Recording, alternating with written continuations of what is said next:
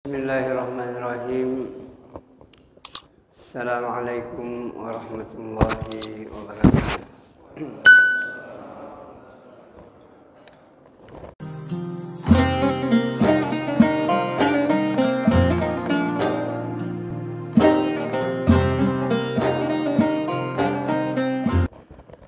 Alhamdulillahilladzi ahyana ba'dama amatana wa ilaihin nusyur. Asyhadu an la ilaha illallah huwal awwalu alladzi la syai'a qablah wa huwal akhiru alladzi la ghayata ba'dah wa shadiqun fil wa'di adilun fil hukmi wa huwa rabita baina qulubina bida'watil islam. Wa asyhadu anna Muhammadan abduhu wa rasuluh alladzi ballagha ar-risalah wa addal amanah wa nasahal ummah wa jahada fillahi haqqa jihadih. Allahumma salli ala hadzal nabiyil karim wa ala alihi wa ashabihi wa man tabi'ahum bi ihsanin ila yaumiddin. Bismillahilladzi la yadurru ma ismihi syai'un fil ardi wala fis sama' wa huwas samiul alim. A'udzu billahi as-sami'il alim minasy syaithanir rajim. Hadirin jamaah subuh Masjid Al-Muhajirin, Kompleks Perumahan Dosing Antang yang saya muliakan. Pertama-tama marilah kita senantiasa bersyukur kehadiran Allah Subhanahu wa taala. Karena Allah sebenarnya tidak pernah berhenti memberi nikmat kepada kita. Selalu Allah kasih nikmat. Sejak kita hadir di dunia ini sampai nanti kita meninggalkan dunia ini, sedetik pun Allah tidak pernah berhenti memberikan nikmat. Allah kasih selamanya.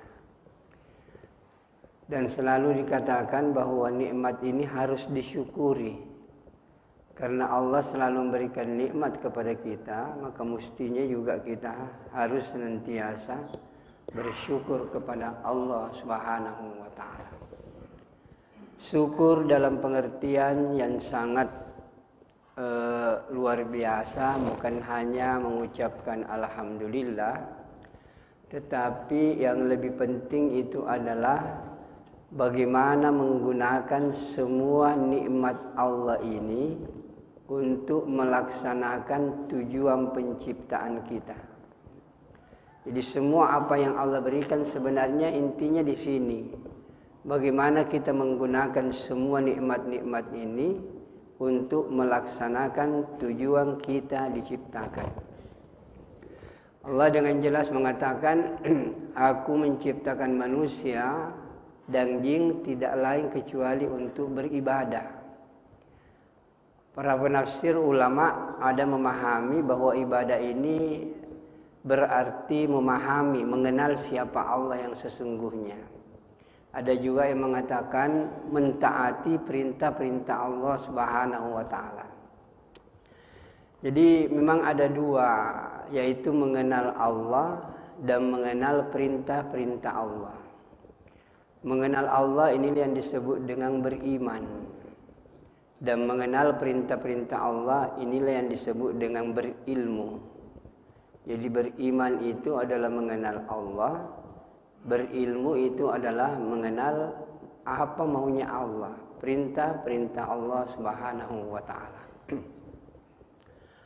Hadirin jamaah subuh rahimakumullah, kajian kita pada subuh hari ini itu adalah surah Al-Mu'min. Yaitu karena ini kita sebentar akan masuk ke dalam satu bulan yang sangat agung. Yang dipanggil di situ adalah ya ayyuhalladzina amanu, wahai orang-orang yang beriman.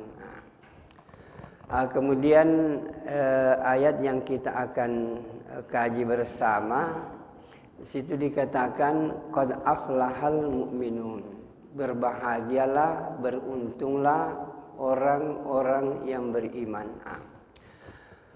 Sebelum saya masuk ke sini, saya kembali dulu untuk mengingatkan kepada kita semua bahwa berbahagialah kita ini yang hadir salat berjamaah.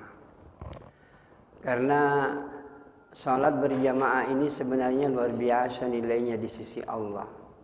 Jangankan salat berjamaahnya, salat sunatnya saja itu jauh lebih baik dibanding dengan dunia beserta seluruh isinya. Pertanyaannya, yakinkah kita bahwa salat 2 rakaat itu lebih baik daripada dunia? Mari kita lihat diri kita masing-masing. Hadirin yang mulia, saya yakin bapak-bapak punya HP semua. Kira-kira kalau HP bapak hilang, sedih enggak? Dan bahkan ini kadang-kadang HP ini kalau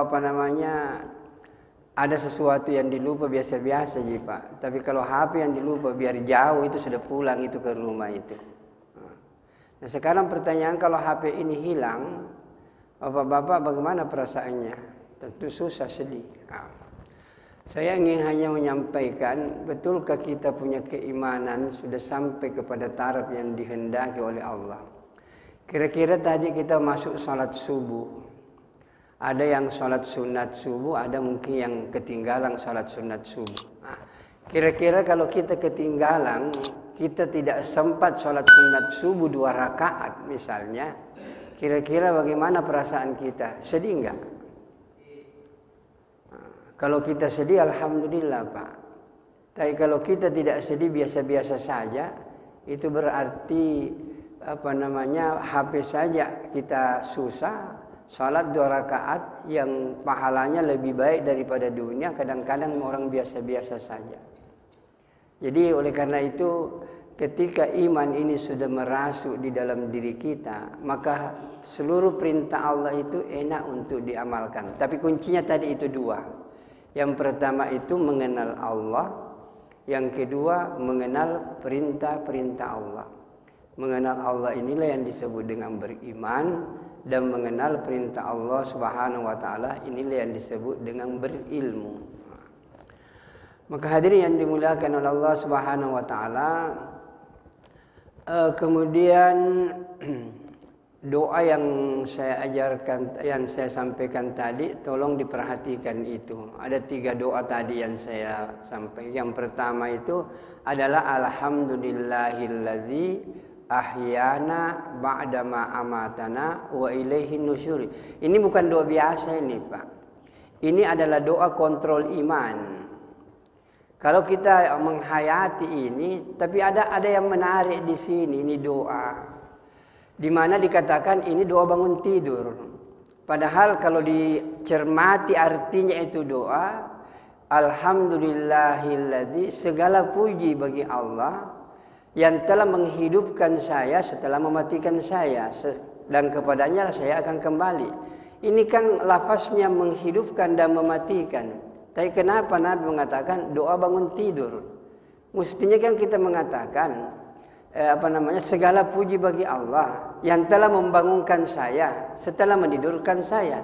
Tetapi kenapa yang dipakai hidup dan mati? Jadi menarik memang untuk dikaji ini. Inilah yang dikatakan bahwa sebenarnya mati itu bersaudara dengan hidup itu. Di mana selalu biasa pengertian sederhana bahwa yang disebut dengan hidup ketika jasmani dan rohani ini bersatu, itu hidup. Tapi ketika jasmani dan rohani ini berpisah, itulah yang disebut dengan kematian. Cuma ada yang namanya kematian sementara, ada namanya perpisahan sementara. Perpisahan jasmani dan rohani sementara, inilah yang disebut dengan tidur. Dan perpisahan selama-lamanya, inilah yang disebut sesungguhnya dengan kematian. Makanya di sini dikatakan segala puji bagi Allah yang menghidupkan saya. Jadi yang membangunkan saya. Setelah mematikan saya, setelah menidurkan saya, kemudian yang intinya itu wa ilaihin nusyur, kepada Allah lah saya akan kembali. Ini adalah doa kontrol iman. Jadi begitu kita bangun, kita yakin bahwa yang menghidupkan adalah Allah dan yang mematikan adalah Allah. Tidak ada yang bisa menghidupkan dan bisa mematikan selain daripada Allah Subhanahu wa taala. Makanya ini perlu dipahami baik-baik dan dimasukkan ke dalam hati. Jangan sampai keyakinan kita ini rusak, Pak. Karena keyakinan ini nggak bisa ditawar, tidak bisa cacat sedikit pun. Kalau ibadah-ibadah yang lain cacat, itu mesti ada jalan keluarnya. Tapi kalau yakin yang tidak yang cacat, itu tidak diterima. Inilah yang disebut dengan musyrik. Ada keyakinan sedikit pun yang bisa memberi manfaat dan mudarat selain daripada Allah Subhanahu wa taala. Kalau salat tidak sempurna kan masih bisa ditutupi, hadisnya Nabi mengatakan ditutupi dengan ibadah-ibadah sunat. Kalau puasa tidak sempurna Ramadan ditutupi puasa Senin Kamis. Kalau zakat tidak sempurna ditutupi dengan infak-infak sedekah. Kalau haji tidak sempurna bisa ditutupi dengan umrah-umrah. Tapi kalau iman sedikit pun cacat, ada keyakinan, ada yang bisa menghidupkan, mematikan, ada yang bisa bermanfaat dan mudarat selain daripada Allah, maka Allah tidak terima itu. Maka keyakinan ini harus sempurna. Diulangi lagi bahwa Allah adalah segala-galanya. Maka hadirin yang dimuliakan oleh Allah Subhanahu wa taala, maka bacalah doa yang kedua itu tadi untuk menghindar supaya kita yakin, dan ini kan diajarkan oleh Nabi. Bismillahilladzi la yadurru ma'asmihi syai'un fil ardi wala fis sama' wa huwas samiul alim. Saya masih ingat dulu Pak Kiai Haji Nur, ulama harismatik yang di Jalan Iriang itu, waktu mengajarkan ini doa, dia bilang, "Nah, kalau kau baca doa ini 3 kali di waktu pagi dan hari itu langit runtuh, maka tidak akan memberikan mudarat kepada engkau." Begitu hebatnya memberikan keyakinan bahwa dengan doa yang diajarkan oleh Nabi ini, maka insya Allah kalau kau baca, engkau akan terpelihara oleh Allah Subhanahu wa taala dari berbagai macam malapetaka. Cuma satu yang tidak bisa, yaitu kematian. Kematian ini enggak ada yang bisa tangkis, Pak. Kalau datang pasti. Tapi kalau yang namanya penyakit-penyakit, penderitaan yang lain, Allah bisa angkat itu dengan membaca doa ini. Tapi yang dimaui di sini adalah keyakinan terhadap apa yang ada dalam doa itu. Tidak ada yang bisa memberi manfaat, mudarat, baik di langit maupun di bumi, kecuali Allah. Allah lah maha mengetahui, lagi maha mendengar. Kemudian yang doa yang ketiga ini perlu diperhatikan juga, karena saya dalam perjalanan ini banyak yang tanya, gimana menghadapi setan? Saya bilang gampang saja, asal kita mau. Yang penting kita tahu bahwa setan itu pernah bersumpah di hadapan Allah. Bukan berarti iblis itu tidak beriman, Pak. Beriman luar biasa itu. Cuma ini iblis ini ada kesombongan dalam dirinya, dan ini yang paling dibenci oleh Allah. Jadi iblis itu salahnya cuma satu saja. Tapi karena kesalahannya ini tidak terampuni, maka dia dikutuk oleh Allah. Apakah kesalahannya iblis itu? Yaitu ketika disuruh sujud kepada Adam, dia katakan aku lebih mulia daripada Adam. Karena dia tahu bahwa dirinya tercipta dari api, Adam dari tanah. Menurut referensinya iblis bahwa api lebih mulia daripada tanah. Mestinya Adam sujud kepada saya, bukan saya sujud kepada Adam. Iblis lupa bahwa perintah sujud itu adalah perintah Allah Subhanahu wa taala. Biasanya orang sombong itu, Pak, kadang-kadang lupa. Begitu timbul kesombongannya, lupa bahwa ini adalah perintah Allah. Maka hadirin, dalam pergaulan kita sehari-hari, orang yang punya sifat kesombongan kadang-kadang lupa bahwa ini adalah perintah Allah. Sehingga semua aturan dilanggar demi untuk memperlihatkan bahwa dia adalah sesuatu yang luar biasa, mempunyai kekuasaan luar biasa. Maka hadirin yang dimuliakan oleh Allah Subhanahu wa taala, ketika iblis bersumpah, kan 4 penjuru dia sebut. Saya akan menggoda anak cucu Adam muka belakang kiri kanan. 2 yang tidak disebut, atas dan bawah. Maka untuk menghadapi iblis, bapak-bapak, banyaklah berdoa kepada Allah dan banyaklah sujud kepada Allah. Maka hadirin yang dimuliakan oleh Allah Subhanahu wa taala, bacalah itu doa, dan bahkan Nabi katakan, siapa yang baca doa ini dengan sungguh-sungguh, maka insyaallah dia akan terpelihara. A'udzu billahi as-sami'il alimi minasyaitonir rajim. Kalau a'udzubillahi minasyaitonirrajim itulah doa umum itu ketika membaca Quran dan lain sebagainya. Tapi khusus untuk di waktu pagi dan sore supaya kita tidak diganggu oleh iblis, tambah di tengah-tengahnya as-sami'il alim. A'udzubillahi as-sami'il alimi minasyaitonirrajim. Yakin kepada Allah, ya Allah, tolong saya dari gangguan syaitan. Insyaallah kita akan terpelihara. Baik, Bapak dan saudaraku yang dimuliakan oleh Allah Subhanahu wa taala, jemaah subuh yang saya hormati. Baik, kita masuk ke dalam kajian kita, yaitu qad aflahal mu'minun. Berbahagialah orang-orang yang beriman. Dalam literatur Al-Qur'an, berbahagia ini ada tiga komponen inti bahasa Arab itu yang menonjol. Yang pertama itu aflah sendiri, yang kedua as'adah, kemudian yang ketiga fasah. Kalau aflah ini sebenarnya itu bahagia di dunia dan bahagia di akhirat. Tapi kalau sa'idun, as'ada itu lebih banyak konotasinya itu adalah kebahagiaan akhirat. Tapi kalau fasa ini ada dunia, ada akhirat, tapi yang menonjol akhiratnya, tapi ada juga dunianya. Itu yang dipakai dalam ungkapan Al-Quran. Kemudian dikatakan di sini qad aflahal mu'minun. Berbahagialah orang-orang yang beriman. Dalam kajian kita yang lalu kita sudah sampaikan untuk orang yang beriman itu adalah orang yang mengenal Allah. Mengenal Allah yang intinya di situ.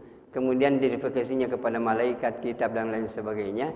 Tapi intinya adalah mengenal Allah Subhanahu wa ta'ala. Dan kita sudah kasih contoh cara sederhana untuk mengenal, yaitu kenalilah sifat-sifat yang 99 itu.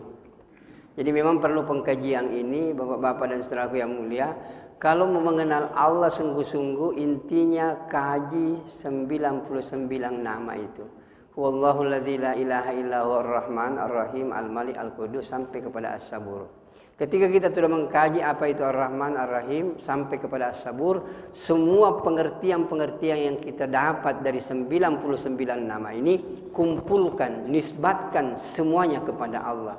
Itulah Allah yang sesungguhnya. Dan ketika kita sampai kepada posisi ini, tidak ada lagi kata-kata yang bisa muncul. Inilah yang disebut dengan ma'rifat, mengenal hakiki siapa Allah yang sesungguhnya. Hadirin yang mulia, baik kita karena di sini qad aflahal mu'minun, yang di sini bukan lagi dikatakan kalau kajian kita yang lalu itu adalah wal asri illal ladzina amanu. Amanu itu kan kata kerja. Sekarang aflahal mu'minun itu orang, isim. Dia adalah benda, orang. Kalau amanu itu adalah pekerjaan, dia adalah sifat, fiil dalam bahasa Arab fiil. Sementara kalau orang beriman ini namanya isim. Nah, Allah katakan berbahagialah orang yang beriman. Saya tidak akan kasih definisi, saya akan menunjukkan beberapa orang-orang yang sudah mempunyai derajat iman yang luar biasa. Tentu derajat ini kita bisa lihat dalam sahabat-sahabat Nabi. Taruhlah misalnya Abu Bakar.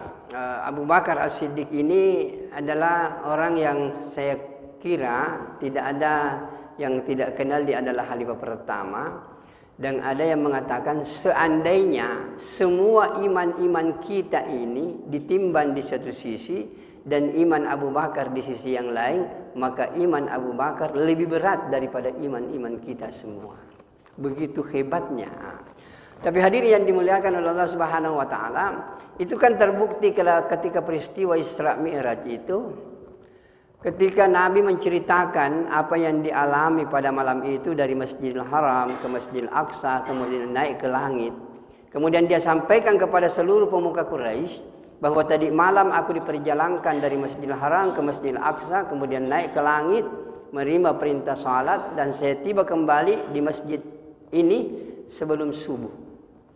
Maka ributlah orang-orang munafik, ributlah orang-orang kafir. Bagaimana mungkin kau? Sehingga disitulah muncul itu istilah itu. Kamu itu anta majnun, betul-betul Muhammad ini gila luar biasa. Bagaimana mungkin? Tidak masuk di akal. Jadi sebenarnya peristiwa Isra Mi'raj ini memang tidak masuk di akal. Dan inti daripada peristiwa Isra Mi'raj ini juga tidak masuk di akal itu, Pak. Susah diakali. Susah apa peristiwa Isra Mi'raj? Susah diakali, tapi susah juga dibantah.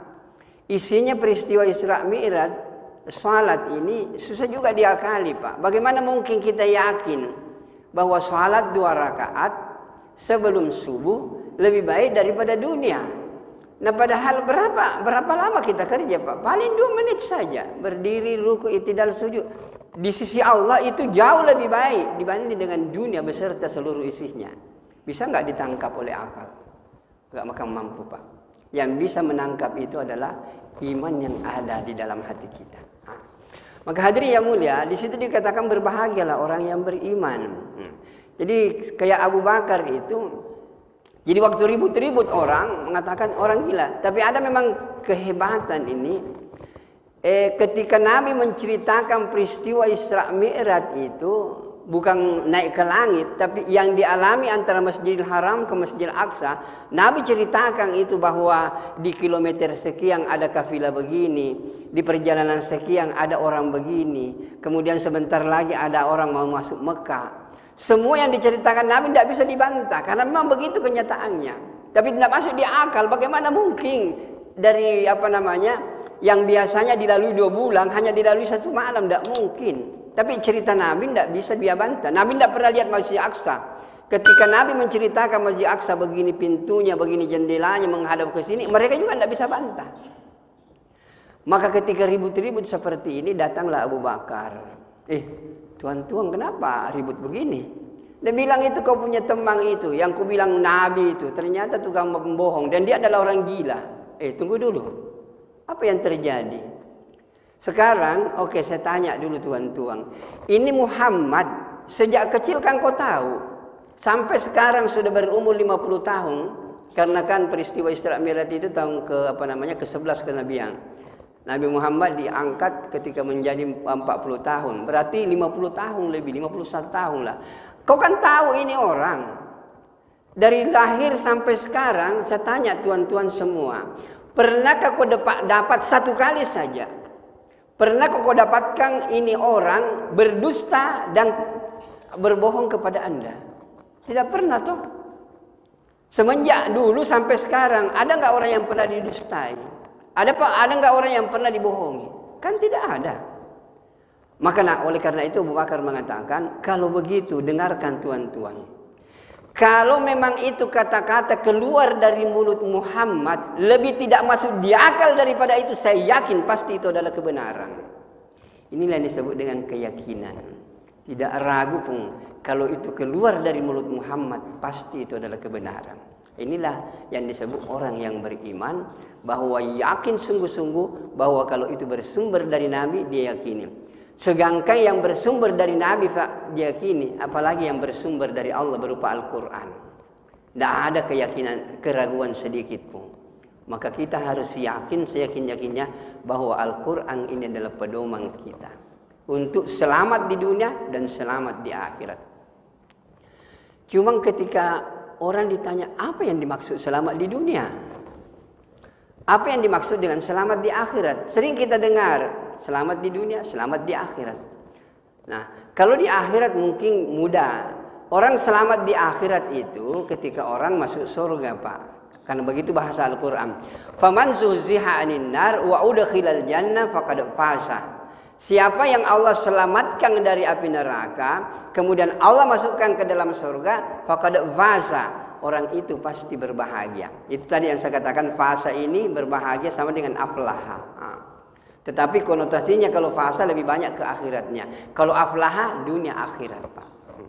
Jadi berbahagia di akhirat itu adalah selamat di akhirat, yaitu selamat dari api neraka, kemudian masuk surga. Nah kalau selamat di dunia apa bagaimana? Apa yang dimaksud dengan selamat di dunia? Jadi agama Islam ini datang untuk menyelamatkan kita di dunia dan menyelamatkan kita di akhirat. Kalau kita mengatakan di akhirat selamat dari api neraka, nah sekarang dari situ kita bisa, neraka itu apa Pak? Penderitaan, kesusahan. Maka yang dimaksud dengan selamat di dunia, orang itu selamat dari kesusahan-kesusahan di dunia dan penderitaan dunia. Jadi orang yang Allah cabut kesusahan-kesusahan dalam dirinya Pak, maka itulah orang yang akan bahagia di dunia ini. Selamat di dunia artinya selamat dari kesusahan-kesusahan di dunia. Dan itu hanya akan didapatkan ketika orang mengamalkan agama ini dengan sempurna. Sehingga selalu kan diulang-ulang, sesungguhnya kebahagiaan, kesuksesan, kejayaan umat manusia di dunia yang sementara ini dan di akhirat yang kekal abadi, Allah hanya meletakkan pada pengamalan agama yang sempurna. Sejauh mana kita mengamalkan agama secara sempurna, maka sejauh itu pula kita akan bahagia. Jadi agama ini sebenarnya itu mendatangkan kebahagiaan, menghindar apa-apanya kesusahan itu akan hilang dari kita Pak, apabila agama ini diamalkan. Cuma karena banyak orang susah, karena agama ini tidak diamalkan sungguh-sungguh. Kemarin saya menghadiri walimah pernikahan yang saya sudah anggap saudara di Bone. Saya katakan ini pernikahan alhamdulillah Pak. Tapi saya yakin kayaknya Rasulullah tidak terlalu hadir di sini. Kenapa? Karena kita mengadakan walimah tidak sesuai dengan sunnah Nabi. Jadi kita enak ini, tapi kebetulannya Allah dan Rasulnya tidak nampak hadir. Kalau dalam satu pesta, kemudian itu tidak sesuai dengan ajaran agama, maka rahmat Allah itu tidak akan hadir bersama kita. Nah itulah saya katakan tadi, kalau orang mau bahagia ikuti agama, sederhana saja Pak. Bahkan waktu saya pulang dari sana, tidak tahu ini kenapa ini adat Sulawesi Selatan, menjelang puasa banyak sekali orang kawin Pak. Mungkin ada 30-40 dari Bone sampai ke sini. Saya bilang subhanallah. Dan itu kan menyiksa anak-anak yang kawin itu Pak itu. Masa dikasih kawin menjelang bulan Ramadan? Nah kita tahu itu Bu, kalau orang melanggar itu di bulan Ramadan itu dua bulan berturut-turut. Siapa yang salah? Orang tuanya kasih kawin sebelum Ramadan. Jadi hadirin yang mulia, la haula wala quwata. Kenapa tidak dikasih kawin di bulan-bulan Syawal lah, pertengahan bulan menjelang. Jadi ini perlu diluruskan ini Pak. Dan pernikahan itu Pak sederhana. Nabi katakan a'linu an-nikah. Umumkan itu pernikahan, waj'alhu fil masjid, dan jadikanlah itu nikah di masjid. Saya pernah lihat di India. Jadi India itu Pak sederhana orang. Jadi di India itu jangan dikira di India itu enggak. Di India itu orang Islam di India waktu saya hadir di sana itu sekitar 20% dari total masyarakat India. India kan penduduknya 1,3 miliar. Jadi kalau 20% dari 1,3 berarti 300 juta. Jadi penduduk Muslim di India sebenarnya lebih banyak daripada Indonesia. Cuma dia minoritas di sana. Maka hadirin yang mulia, jadi ini yang mau dikasih nikah. Dan bapak-bapak dan saudaraku yang mulia, kalau kita mengatakan hadis Pak, itu tentang belajar hadis, itu sebenarnya pusatnya sekarang di India, bukan di Mekah, bukan di Madinah. Kalau ilmu hadis, itu memang pusatnya di Timur Tengah, yaitu kayak di Mesir, kayak di Madinah. Tapi khusus hadis itu sendiri pusatnya ada di namanya Deoband University Pak.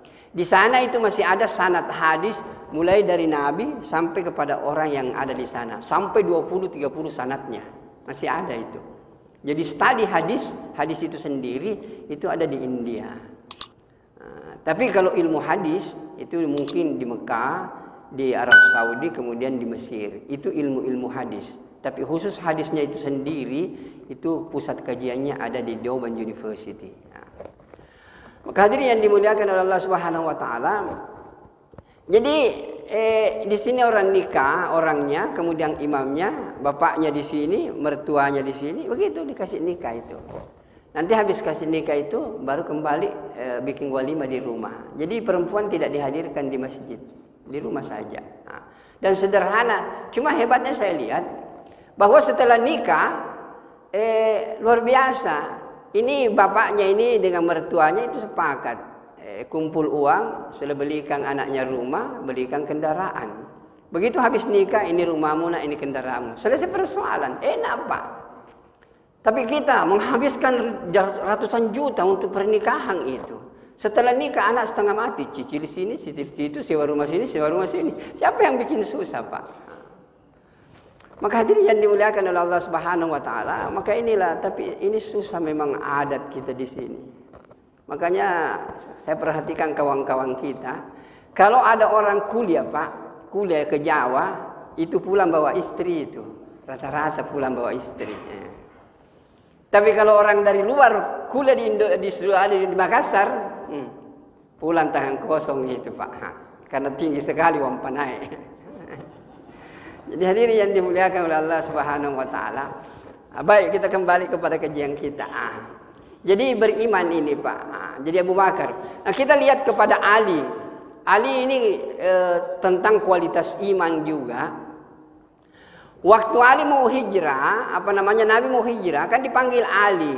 Ali, ini rumah saya, ada mengatakan dikepung oleh 70 algojo, ada yang mengatakan 100 algojo yang akan membunuh Nabi. Dalam kondisi yang genting seperti itu dipanggil Ali. Ali, kau pergi, ini tempat tidur saya, ini rumah dikepung. Malam ini ada perintah dari Allah, saya harus meninggalkan Mekah untuk hijrah bersama Abu Bakar. Kau ganti tempat tidur saya, kau tidur di situ. Nah, sehingga orang yang dari luar lihat, oh Nabi masih ada di situ. Nah, sehingga saya leluasa bisa berangkat. Nah, tapi saya ingatkan Ali, itu di sudut-sudut sana, itu masih ada barang amanah-amanah itu. Ada barang titipan orang. Nah, barang titipan itu besok kau kembalikan kepada orang. Dan setelah kau kembalikan semua, kau juga ikut hijrah ke Madinah. Ali bilang, Nabi bilang besok kembalikan. Oh berarti malam ini tidak mati saya. Toh? Dan apalagi Nabi bilang mengatakan, setelah kau kembalikan kau juga hijrah ke Madinah. Berarti tidak ada apa-apa terjadi pada diri saya ini. Luar biasa yakinnya itu. Sehingga apa Pak? Luar biasa Ali, luar biasa tidur. Jam 2 malam, ini rumahnya Nabi, itu diserbu. Dengan pedang terhunus, tinggal ditusukkan saja, habislah Nabi. Kemudian begitu dibuka itu selimut, tinggal ditusuk, pemimpin rombongan mengatakan, tunggu dulu saudara. Ini bukan Muhammad, ini adalah Ali. Kalau ini yang kita bunuh, ini bukan hasil musyawarah, dan kita akan menghadapi masalah besar. Karena ini adalah suku yang sangat dihormati. Sebenarnya Nabi juga, cuma karena Nabi sudah dianggap membuat kesusahan bagi mereka, harus dilenyapkan. Maka dimusyawarahkanlah. Setiap suku-suku punya pemuda untuk, dan kalau suku-suku semua ini siapa yang mau dituntut? Nah, itu menurut anggapan mereka. Nah, ketika mau ditusuk, terbuka, tunggu dulu, ini bukan Muhammad, ini adalah Ali. Kalau Ali yang kita bunuh, masalah besar yang kita hadapi. Sekarang kita tinggalkan Ali, kita berpencar cari Muhammad. Bayangkan bapak-bapak, begitu ributnya orang di sekitar Ali, Ali tidak bangun. Luar biasa nikmatnya tidur. Dan bahkan Ali katakan, tidak ada lagi tidur yang aku rasakan lebih indah, lebih enak, kecuali ketika aku menggantikan Nabi pada malam hijrah ketika Nabi mau dibunuh. Nah, sekarang saya tanya Pak, kalau ada orang minta gantikan Kak di situ, kira-kira masih bisa kita tidur? Hadirin yang mulia, Ali enak sekali tidurnya Pak. 1000 orang tidak bangun dia. Karena ada yakinnya. Nabi bilang, kasih kembali itu barang. Setelah itu kau juga hijrah. Abi yakin, tidak mati saya hari ini. Begitu hebat. Inilah yang disebut dengan keyakinan Pak. Tidak ada keraguan sedikit pun. Kalau itu keluar dari mulut Muhammad, yakin dan percaya, pasti itu adalah kebenaran. Sedangkan dari mulut Muhammad saja yakinnya seperti itu. Bagaimana dengan firman Allah Subhanahu wa taala? Kenapa kita masih banyak ragu-ragu terhadap Al-Quran ini? Nah, maka hadirin yang dimuliakan oleh Allah Subhanahu wa taala, bahkan ada sahabat yang lain yang namanya Abu Darda, Pak. Abu Darda ini pernah suatu saat duduk-duduk di masjid. Kebakaran di Madinah. Abu Darda, kau pulang, rumahmu terbakar. Dia bilang tidak terbakar. Gimana caranya? Nah, ini sudah terbakar, kau bilang tidak terbakar. Tidak lama kemudian ada lagi orang datang, lari, Pak. Abu Darda, kenapa kau duduk di situ? Rumahmu terbakar. Dia bilang tidak terbakar. 3 kali orang datang. Sampai orang yang keempat datang, dia bilang, Abu Darda, rumahmu tidak terbakar. Dia bilang, kau betul.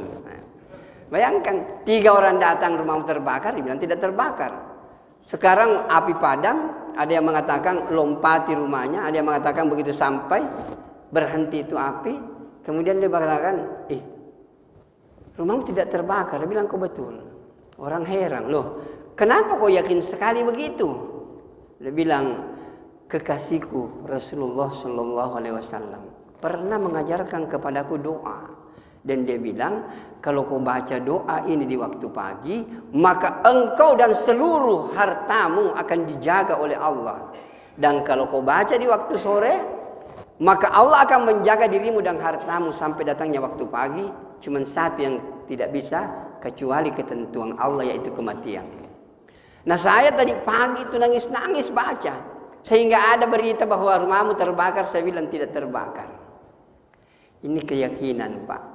Ini keyakinan. Sudah sampaikah taraf keyakinan kita seperti ini? Nah, jadi doa saja diajarkan oleh. Jadi bapak-bapak kalau mau tahu ini doa panjang memang, boleh tulis doa Abu Darda, search, muncul semua itu. Arabnya, Latinnya dan lain sebagainya. Bacalah itu, Pak. Baca waktu pagi, baca waktu sore. Doa Abu Darda. Dan kalau bapak baca ini doa, kadang-kadang saya katakan tidak usah ragu, Pak. Cuma tidak enak saya katakan tidak usah kunci itu rumah. Biar tidak dikunci amam itu, Pak. Tetapi keyakinan kita harus seperti keyakinannya Abu Darda. Ya. Nah, tapi kalau ragu-ragu, lebih baik kunci, Pak. Lebih baik kunci. Ya. Inilah yang disebut, Pak, dengan keyakinan. Jadi kenapa saya tunjukkan orang? Karena di sini dikatakan qad aflahal mu'minun, berbahagialah orang-orang yang beriman. Nah, kemudian di situ dijelaskan alladzina hum fi salatihim khasyi'un. Ini yang jadi masalah, Pak. Nah, yaitu orang itu akan berbahagia dalam hidupnya kalau dia bisa mendapatkan kekhusyuan di dalam salat. Saya ada pengalaman dulu waktu bergerak di India. Itu kan kalau orang sholat, Pak, kita naik kereta api. India itu hampir sama luasnya dengan Indonesia. Cuma India ini semuanya daratan. Jadi itu dihubungkan dengan kereta api, Pak. Kereta api itu makanya dikatakan India itu adalah penghasil baja nomor 1 di dunia. Kualitas bajaknya bagus. Maka semua kereta-kereta api itu enak. Dan kita memang kereta api ada tidur di situ. Jadi orang salat di tengah-tengah orang Hindu itu. Nah, diceritakan pernah ada ulama besar. Dia salat di tengah-tengah komunitas orang Hindu itu. Kemudian setelah salat itu orang Hindu ini bertanya. Tuan, saya mau tanya baik-baik. Apakah Tuhan yang kau sembah dengan yang disembah itu di belakang kamu sama? Dia bilang sama. Itu juga yang disembah Adam, itu juga yang disembah Nuh, itu juga yang disembah Nabi Isa. Dia bilang tidak. Orang Hindu ini mengatakan tidak sama. Nah, waktu tuan kan tadi salat, angkat tangan, Allahu Akbar. Kayaknya tuan takut sekali, ada ketakutan yang luar biasa. Tapi terpancar juga dari mulut tuan ada keinginan yang luar biasa. Yang di belakangnya itu biasa-biasa saja. Jadi ketika Tuhan mengatakan Allahu Akbar, pancarannya itu luar biasa. Kayaknya Tuhan takut sekali. Tuhan ada pengharapan sekali. Dan itu nampak ketika Tuhan. Makanya saya katakan Tuhannya Tuhan beda dengan Tuhannya mereka. Dia bilang sama. Karena di belakang itu begitu masuk begini Pak Allahu Akbar. Biasa saja dia. Tidak ada perasaan apa-apa. Takbirnya Allahu Akbar. Jadi hadirin yang mulia, makanya ada Pak, mungkin kita biasa baca dalam surah Sajadah. Di situ dikatakan tatajafa junubuhum 'anil madaji yad'una rabbahum khaufan wa tama'an. Inilah dua, Pak. Kalau kita mau mendapatkan kekhusyuan yang luar biasa, kumpulkan dua sifat ini dalam ibadah kita. Khaufan wa tama'an. Khaufan itu ketakutan yang luar biasa, tama'an itu adalah keinginan yang luar biasa. Khaufan itu artinya takut daripada penderitaan siksaan-siksaan Allah, takut dari neraka, dan ingin sekali masuk surga itu. Dua perasaan ini harus terkumpul dalam diri kita ketika kita beribadah, yaitu khaufan wa tama'an, takut dan mengharap. Ini tidak gampang, Pak. Menyatukan dua perasaan dalam hati dalam waktu yang sama itu susah. Dan itu perlu diusahakan. Inilah yang dimaksudkan dengan khusyuk di situ. Jadi kekhusyuan kita akan datang ketika kita beribadah itu ada perasaan takut daripada siksaan neraka-neraka Allah, dan ada perasaan ingin sekali masuk ke dalam surganya Allah. Kumpulkan dua perasaan itu, maka kekhusyuan akan datang dalam ibadah kita.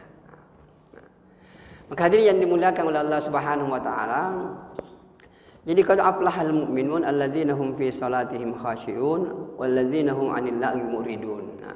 Jadi yaitu pembicaraan yang yang sia-sia. Apa yang dimaksud dengan pembicaraan yang sia-sia, Pak? Pembicaraan yang tidak ada pahalanya. Kita berbicara ngobrol sampai lama, tidak ada pahalanya, itu sia-sia itu. Makanya Allah katakan dalam Al-Quran, wa man ahsanu qawlan mimman da'a ilallahi wa amila salihan wa qala innani minal muslimin. Tidak ada lagi perkataan yang lebih hebat dibanding dengan mengajak manusia taat kepada Allah. Jadi kalau kita mau perkataan ini tidak sia-sia, ajaklah orang untuk taat kepada Allah. Kita lihat ada orang tidak salat, ajaklah dia salat. Kita lihat ada orang tidak terlalu memperhatikan puasa, ajaklah untuk memperhatikan puasa. Ajaklah manusia untuk taat kepada Allah. Inilah perkataan, Pak, yang tidak ada ruginya itu. Makanya hadis kan mengatakan, man kana yu'minu billahi wal yawmil akhir falyakul khairan aw liyasmut. Siapa yang menganggap dirinya beriman kepada Allah Subhanahu wa taala, maka kalau berbicara, berbicaralah yang baik-baik saja. Kalau sudah tidak ada yang baik-baik, diam. Sebab kalau habis yang baik masih bicara keburu kami itu. Jadi hadisnya Nabi, falyakul khairan aw liyasmu. Kalau berbicara, bicaralah yang baik-baik saja. Kalau sudah ada yang baik-baik mau dibicarakan, Nabi katakan diam. Nah, itulah yang dimaksud dengan wa anil lagwi muridun. Artinya bicara yang sia-sia, bicara yang tidak memberi manfaat untuk akhirat. Nah, kenapa perhatian kita, Pak, selalu ke akhirat? Karena kita ini manusia makhluk akhirat. Selalu ditekankan itu. Manusia ini adalah makhluk akhirat. Di dunia ini paling 70 tahun. Di akhirat, Pak, bukan 70 tahun. Bukan 70 miliar. Bukan 70 triliun. Allah katakan khalidina fiha abada. Selama-lamanya. Apa itu selama-lamanya, Pak? Selama-lamanya. Jadi tidak ada batas itu. Tidak ada batas. Nah, kalau 70 miliar masih bisa dihitung.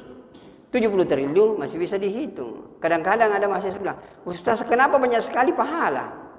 1 dunia, 20 dunia, 30 dunia, 1 juta dunia. Saya bilang, kita ini di akhirat bukan hidup 70.000 tahun, 70 triliun tahun, tapi hidup selama-lamanya.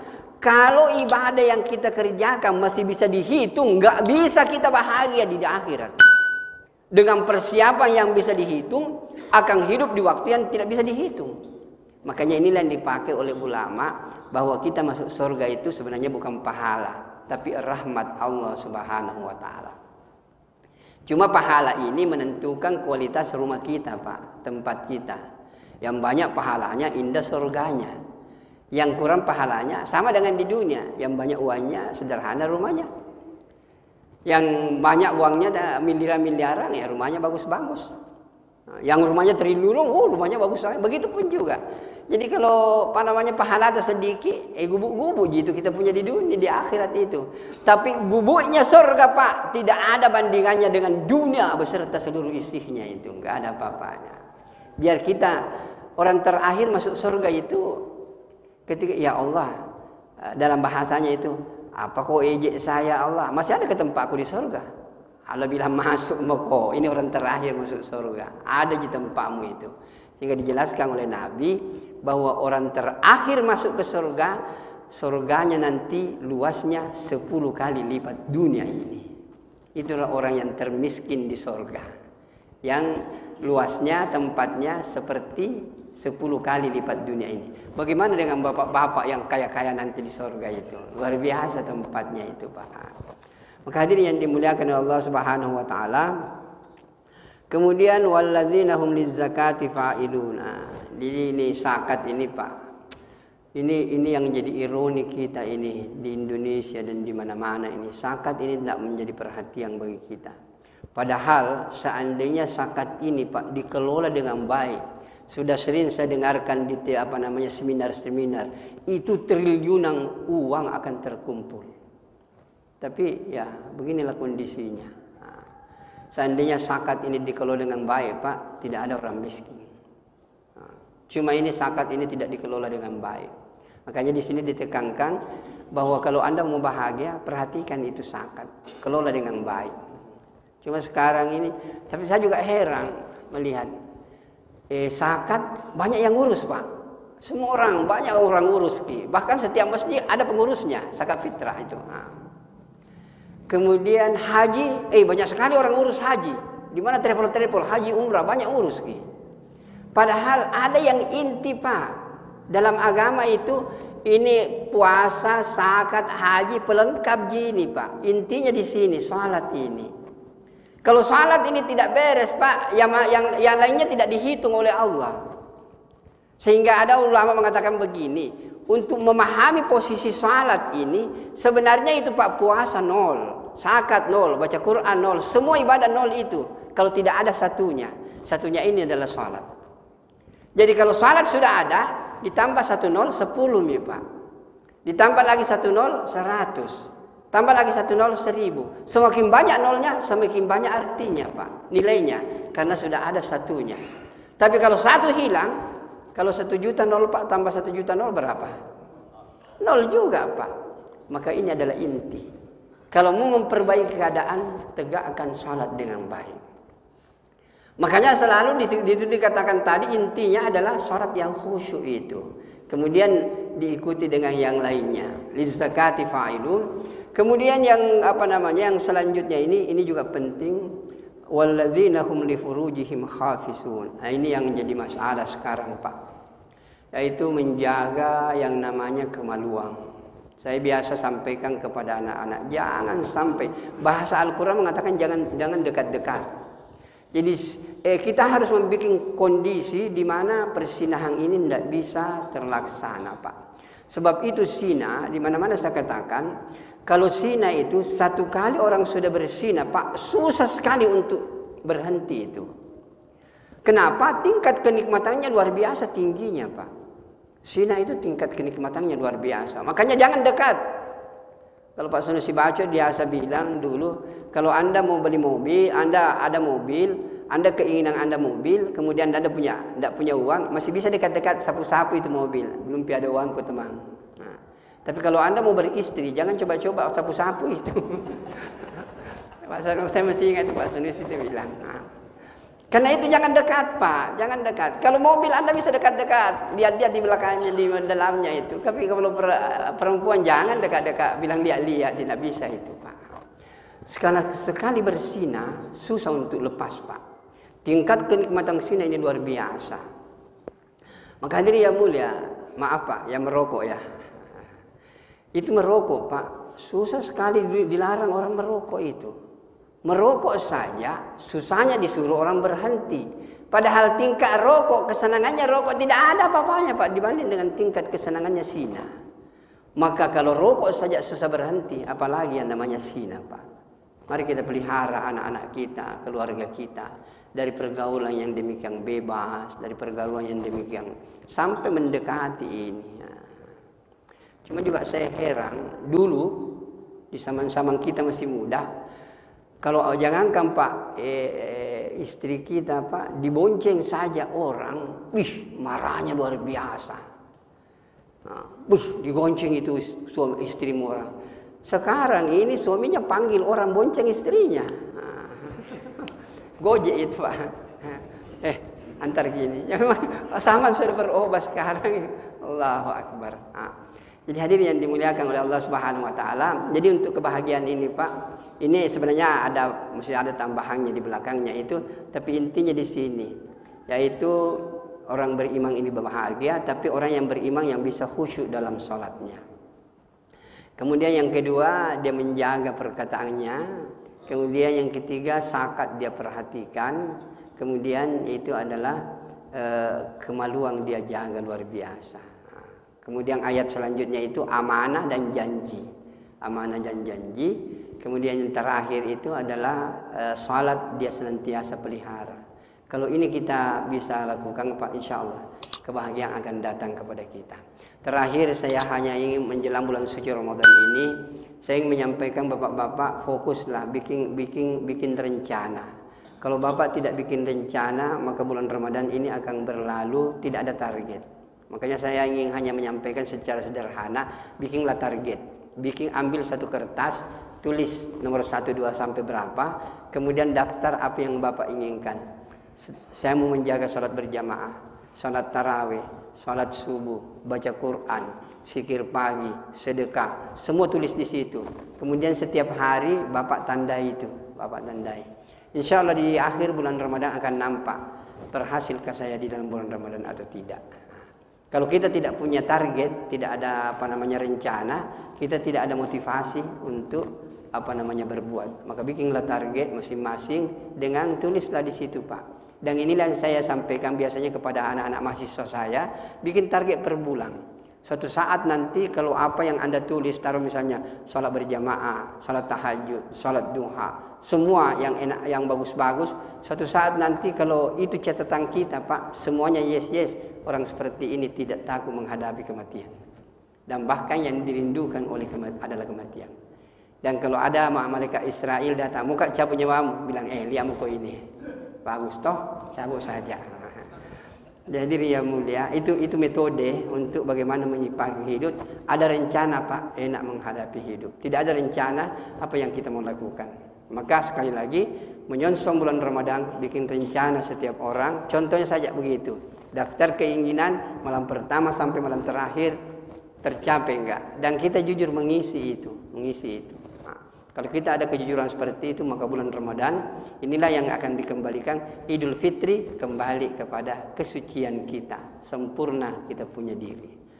Baik, inilah mungkin yang bisa saya sampaikan Bapak-bapak dan saudaraku yang mulia. Mudah-mudahan Allah memberkati kita semua, dan mudah-mudahan Allah memberikan kepada kita keyakinan seperti yakinnya Abu Bakar, seperti yakinnya Ali, dan seperti yakinnya Abu Darda. Kalau itu bersumber dari Al-Quran, itu bersumber dari Nabi, yakinilah, amalkan. Insya Allah pasti ada kebaikan di dalamnya.